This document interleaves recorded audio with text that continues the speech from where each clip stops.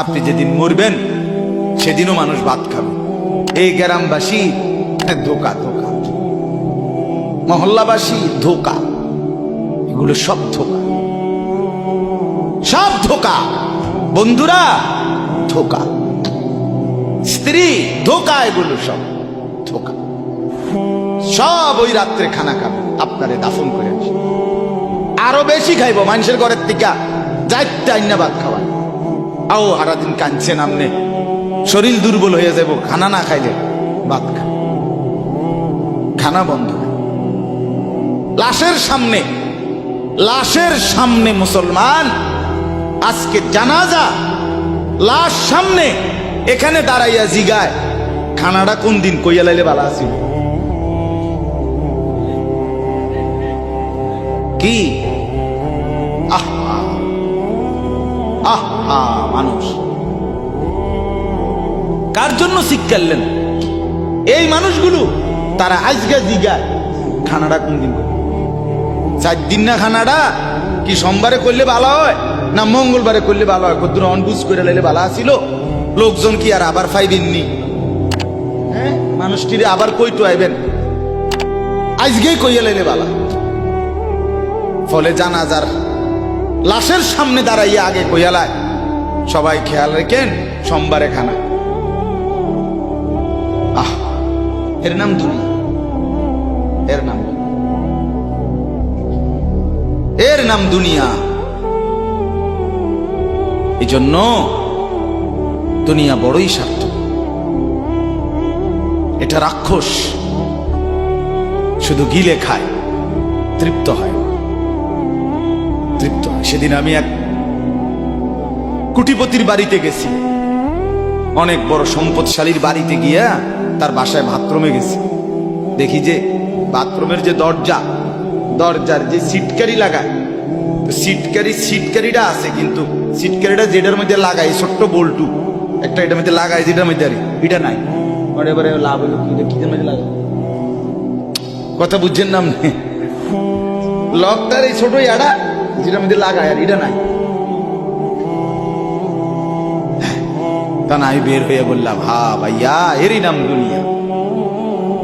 দুনিয়া এমন একটা না একটা থেকেই যায়, সব চাহিদা, সব প্রয়োজন পূরণ হয়, পূরণ।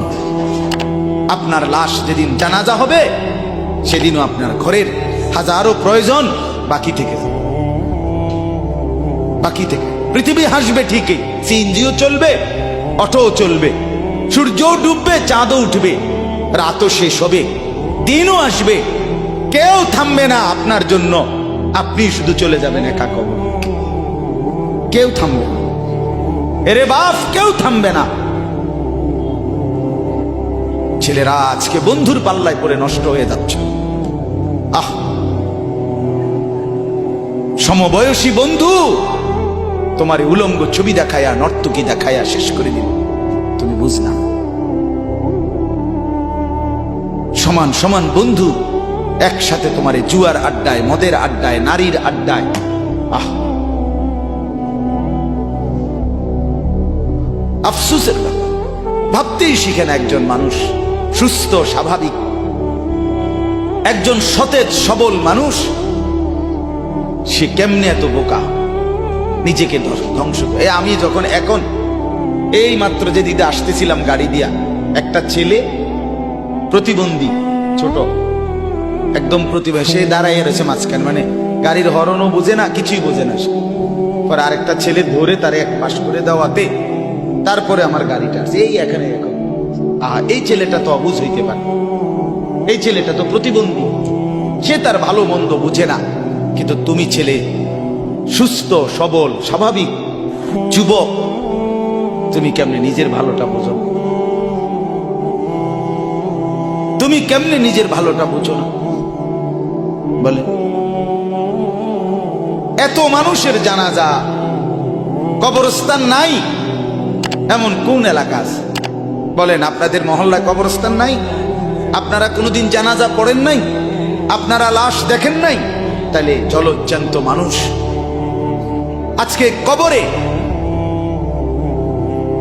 জনাব হযরত মাওলানা আব্দুল বারী সাহেব, আমার তো পুরা মনে আছে কত সময় আমার কতদিন বয়ান একসাথে দেখছি, ঘুরছি, কথা বলছি। কোথায় হারিয়ে গেল? কোথায় চলে গেলেন? এইভাবে পরিচিত চেনা মানুষগুলো প্রতিদিন হারিয়ে যায়, কবরে চলে যায়। এরপরও কি আমার কলিজার ভিতরে একবারও এই হয়েছিল? বেটা আহাম্মক কথাকার বেটা, জিন্দিগিটাই ছবি, জীবনটাই ছবি, একেবারে যেটা পাও।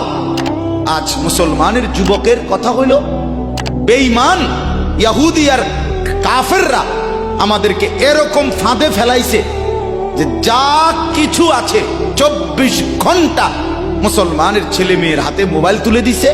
যেটা ফাও শুধু ছবি উড়াই আমগো কাছে পাঠায়।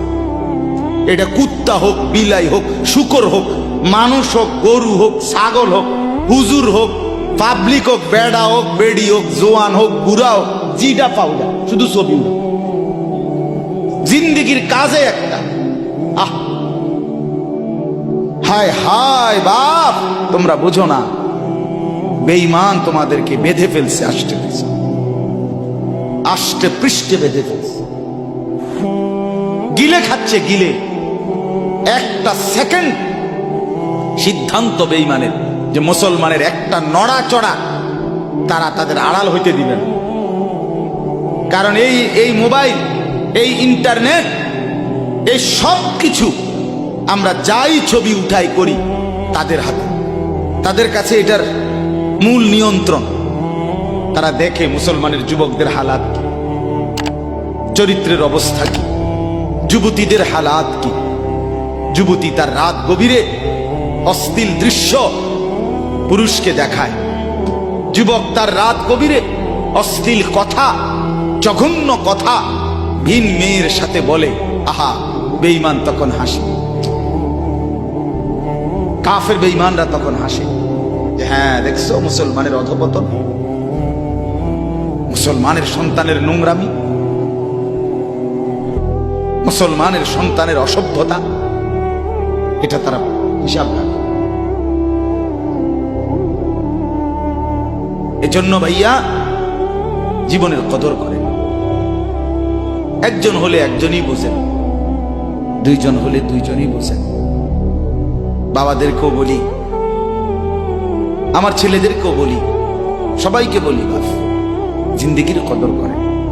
এই বলতেছিলাম, এটা আমাদের হায়াত, এটা আমাদের জীবনের সবচেয়ে বড় সম্পদ। এই সময়টা, এই হায়াতটা, আমার জীবন, আমার হায়াত, এটাই আমার সময়, এটাই আমার জীবন। যেটা ঘন্টা, মিনিট, সেকেন্ড, এটাই আমার জিন্দিগি। যেটা জিন্দিগি, এটাই ঘন্টা, মিনিট, সেকেন্ড। আমরা মরার আগে মানুষ বা অসুস্থ হইলে, অ্যাক্সিডেন্ট করলে, বুড়া হইলে মানুষে কয় না যে ভাই আমার আর সময় নেই, ঠিক কিনা বলে, আমার সময় শেষ, তার মানে হায়াত শেষ। তাহলে বোঝা গেল যেটা হায়াত এটাই সময়, যেটা সময় এটাই কি বলেন না হায়াত। হায়াত হায়াত কদর করে, কদর। ও ভাই, ওই লাল গেঞ্জি, তুমি উঠা কথা বলো, তুমি বাহিরে গিয়ে কথা বলো, যাও।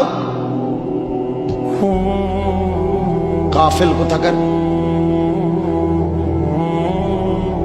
হে নগদ বুঝায়, হেরে অনেক বুঝাইতে আছে, বুঝতি কি কইছে।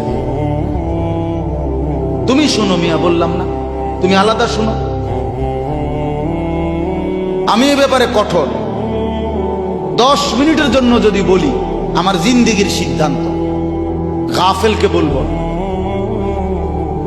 অমনোযোগীকে বলবো না, এটা আমার জিন্দিগির ফয়সালা ইনশাআল্লাহ।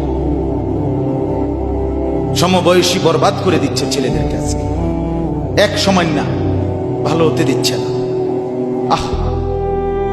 কোন মা বাপ তার সন্তানকে অসৎ করে গড়ে তোলে নাই। মা তার পেটের থেকে অসৎ সন্তান জন্ম দেয় নাই, পবিত্র সন্তান জন্ম দিয়েছিল। মায়ের বুকের পবিত্র দুধ খাওয়াইছিল, দুধ হালাল পবিত্র। মা পবিত্র এক সন্তান জন্ম দিয়েছিল। পরবর্তী সমাজ, এই সমবয়সী বন্ধু, এই অশ্লীলতার বেহায়াপনার আড্ডা শেষ করে দিস, শেষ করে দিস। চল। কোথায়? ওইখানে দেখছি দুইটা মেয়ে হাঁটতেছে, চল পিছে পিছে হাঁটি। চল। কোথায়? ওইখানে চল একটু আড্ডা দিয়ে আসি। শেষ। 3টা বাজে বের হইছে, রাত 10টা বাজে ফিরছে। 7 ঘন্টা সমবয়সী 7-8 জন ছেলে একসাথে ঘুরলা, অথচ তোমার লগের এই 6 জন বন্ধু একবারও বলল না যে আসরের নামাজ পড়তি না, মাগরিব পড়বা না, এশার নামাজ পড়বা না। 7 ঘন্টায় যেই বন্ধুরা একবারও তোমারে এক ওয়াক্ত নামাজের কথা বলে নাই, বিশ্বাস করো ছেলেরা, এটা বন্ধু না, এটা শয়তান ছাড়া আর কিচ্ছু না। এটা ইবলিস বেটা, এটা শয়তান, এটা তোরে শেষ করে দিবে। তোর আখেরাত তো শেষ করবে, তোর দুনিয়া তোরে অকর্মণ্য অপদার্থ বানাইয়া একটা আকামলা বানাইয়া ছেড়ে দিবে।